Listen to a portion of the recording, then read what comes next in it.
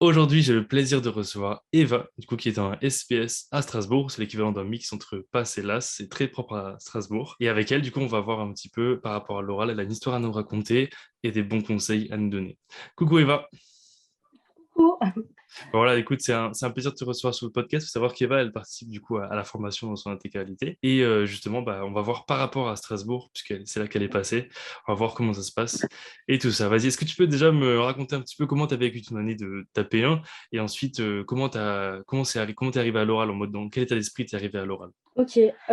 Du coup, moi, j'avais fait une licence sciences pour la santé, donc L1 SPS, et j'avais choisi la mineure droit. Ouais, Du coup, la mineure droit, c'était assez compliqué parce que c'était hyper dur d'avoir des bonnes notes en droit. Ça allait rarement au-dessus de 10. Donc, il fallait vraiment beaucoup travailler le droit et beaucoup travailler la santé aussi. Je dirais pas que c'était une mineure plus dure que les autres, mais disons que le travail était différent. Donc, pareil pour les moyennes de santé, ça allait rarement au-dessus de 10. Voilà, moi, j'ai fini mon année à peu près 11,5 de moyenne en santé, ce qui n'est pas foufou comparé aux autres mineurs où ça allait taper dans les 16, hmm, 17, voire 18 de moyenne.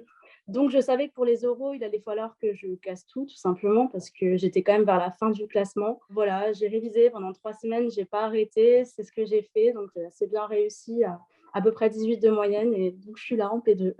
bah déjà, bravo, bravo pour ce résultat, c'est top, hein, 18, bien joué. Et puis justement, on va voir ensemble Merci. bah, comment t'en es arrivé là. Vas-y, par exemple, raconte-moi comment t'as fait pour te préparer à cet oral. Alors, du coup, nous, on avait deux oraux. On avait Ouais, un oral de sciences humaines et sociales ouais, où on devait décrire une image. Et on avait un oral, du coup, où on avait, alors c'est un peu compliqué, mais 5 minutes d'analyse de texte, d'actualité, et 5 minutes où on devait présenter notre projet pro. Donc, j'avais deux oraux à travailler. C'était un peu compliqué. Tout était un petit peu mélangé. ouais. Mais en vrai, la clé, c'était vraiment l'entraînement. Donc, pendant 3 semaines, j'avais un ami, deux amis même, qui étaient dans la même situation que moi, qui passaient les oraux. Et on s'est vus, en fait, tous les 2 jours, toutes les semaines, pour s'entraîner, pour réviser ensemble. La clé, c'est vraiment l'entraînement. J'avais fait des fiches aussi, parce que pour les sciences humaines et sociales, il faut vraiment connaître ses cours sur le bout des doigts. Donc, ça, c'est pareil. On avait 3 semaines, c'est assez large, mais ça laissait le temps de vraiment tout connaître par cœur. Pareil pour le projet professionnel. J'ai essayé quand même de me construire un petit récit pour ne pas avoir rien à dire pendant les questions, parce que de temps en temps, elles étaient un petit peu compliquées à l'oral. Ok. Mais voilà, vraiment, la clé, c'est vraiment l'entraînement à fond. C'est vrai que ça, c'est super important, hein, le fait de, si vous avez personne pour vous entraîner, filmez-vous en train de le faire, et ça va vous aider Ouais, comme ça, je ça, faisais du coup, aussi. à Ouais. voir vous-même. Je suis sûr que vous allez voir vous-même les erreurs que vous voyez même pas que vous faites à Mm, l'oral, quoi.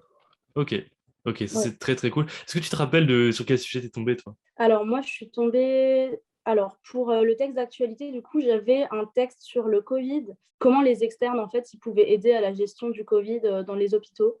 Donc bon, j'étais un peu déçue parce qu'il y en a, ils avaient des textes super cool et moi, je tombais sur le Covid. Ça fait 2 ans qu'on en entend parler. Ouais, Vraiment, j'étais trop déçue. Et en sciences humaines et sociales, j'avais une affiche sur le sida.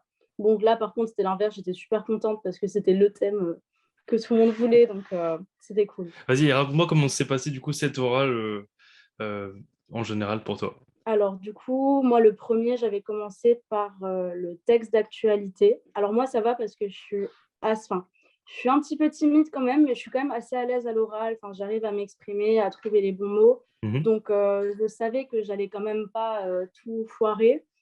Mais bon, j'étais quand même stressée. Voilà, pendant le temps de préparation, on est avec des élèves, du coup, dans la salle de préparation et c'est cool, déjà, ça nous déstresse. Voilà, on est beaucoup, il y a pas mal de soutien, donc ça nous met vraiment dans une bonne ambiance. Ok. Après, j'avais pas forcément l'impression d'avoir hyper bien réussi mon premier oral. C'est vrai que les jurys, ils aiment bien nous mettre en difficulté, nous contredire. Moi, il y avait vraiment un jury qui n'était pas d'accord avec ce que je disais et il me faisait bien comprendre. Donc, c'était un peu stressant, premier oral, mais le deuxième, j'avais vraiment l'impression de bien avoir réussi. Vraiment, je connaissais bien le cours, donc j'avais vraiment pu dire tout ce que je savais et bien répondre aux questions, vraiment. Donc, j'avais plutôt un bon ressenti quand même. Bah justement, tiens, ayant vécu tout ça maintenant en regardant en arrière, selon toi, c'est quoi qui fait qu'on réussit bien un oral? C'est quoi les points clés pour vraiment gérer son oral?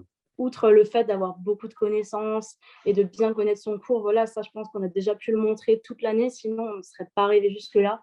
Pour moi, c'est vraiment de résister au stress, parce qu'on va quand même faire face à des études hyper stressantes, on va faire face à des situations quand même pas communes. Donc je pense que c'est une manière pour eux aussi de voir comment on réagit. Donc voilà, pour moi, la clé, c'est vraiment de rester confiant, forcément de connaître son cours parce qu'il faut vraiment être sûr de soi dans ses réponses. Il faut avoir une bonne posture, une bonne élocution. Voilà, vraiment pour un oral typique, il faut vraiment être convaincant, être sûr de soi et faire ressortir en tout cas une bonne dynamique. Et justement, à l'inverse, ce serait quoi, par exemple, un oral complètement raté, ou ce serait quoi qui ferait que mon oral, je le rate un peu? Déjà, bah, par exemple, pour les sciences humaines et sociales, c'est sûr que si on ne connaît pas son cours, là, pour le coup, on n'avait vraiment rien à dire. Donc déjà, ne pas connaître son cours, c'est déjà un mauvais point parce que déjà, on n'a rien à dire sur l'image. Le jury, il comprend qu'on les mène un peu en bateau, qu'on bafouille un petit peu, donc c'est pas top. Et pareil pour les questions, si c'est souvent des questions sur les cours, donc si on n'est pas capable de répondre correctement et qu'on essaye de les mener en bateau, voilà, pour moi, c'est vraiment un oral raté. En généralité, c'est vraiment voilà, un élève qui va stresser, qui va regarder sa feuille, qui va être hésitant sur les réponses, qui va pas chercher plus loin. Ouais, justement, justement, à propos de ça, j'allais parler par rapport au langage corporel. Est-ce qu'il y a quelque Ouais. chose en particulier que tu conseilles ou que tu déconseilles? Alors, ce que je conseille, c'est de regarder le jury. Alors, même s'ils essayent un peu de déstabiliser avec le regard de temps en temps, ils aiment bien froncer les sourcils, voilà, mais ils ont un bon petit jeu. Mais ouais, c'est vraiment le regarder. Moi, petit tips, je regardais leur front parce que je déteste regarder les gens dans les yeux. Donc, si Ouais. des personnes sont comme moi, regarder leur front, c'est pas mal. Après, ça peut être bien de bouger un petit peu, de montrer des choses aussi sur sa feuille, sur son image, si on a un support. Vraiment d'être dynamique. Parler avec les mains, c'est bien aussi. Et voilà, après, à l'inverse, voilà, tout ce qu'il y a à pas faire, c'est vraiment lire son brouillon, écrire des phrases, enfin faire des phrases trop longues, sans mêler le pinceau, hésiter. Ouais. Voilà, regarder ses pieds. Ouais.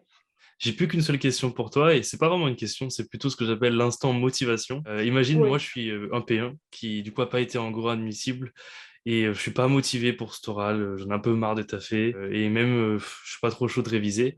Qu'est-ce que tu me dis pour me remotiver? Bah, je pense qu'on a passé une année difficile, vraiment je pense que si la personne elle est réussi à aller, déjà jusqu'au bout de cette année, si elle a réussi à être admissible, ça veut dire que, voilà, elle a les qualités pour passer, en deuxième année, de la filière qu'elle veut d'ailleurs. Enfin voilà, si elle est venue en première année, c'est pas pour rien, c'est pour un objectif, c'est pour, avoir la filière qu'elle veut donc ce serait totalement débile, d'arrêter à ce stade-là alors qu'elle a toutes les qualités pour et surtout que franchement les oraux, voilà, ça dépend des facultés. En tout cas, à Strasbourg, c'est pas non plus, même s'il y a 2 oraux, c'est pas super stressant. On a 3 semaines, voire plus, d'entraînement, pour réussir. On n'a pas beaucoup de cours à apprendre. Donc vraiment, comparé à tous les efforts qu'on a fait pendant toute l'année, c'est pas, ce petit effort qui va nous achever vraiment. Donc faut pas lâcher. Merci beaucoup, Eva, pour tes conseils. Maintenant, Bah, de rien. tous ceux qui vont à Strasbourg réussir leur oral, déjà, vous avez toutes les clés en main pour réussir. Et voilà. Donc, merci beaucoup, Eva, et à très bientôt.